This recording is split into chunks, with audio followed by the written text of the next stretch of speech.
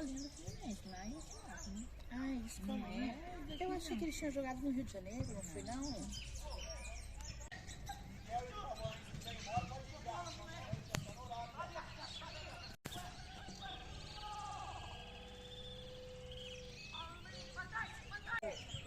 Eu acho que ele tá escolando, porque faz dias que eu tô vendo ele com super bom. Vai, Zé.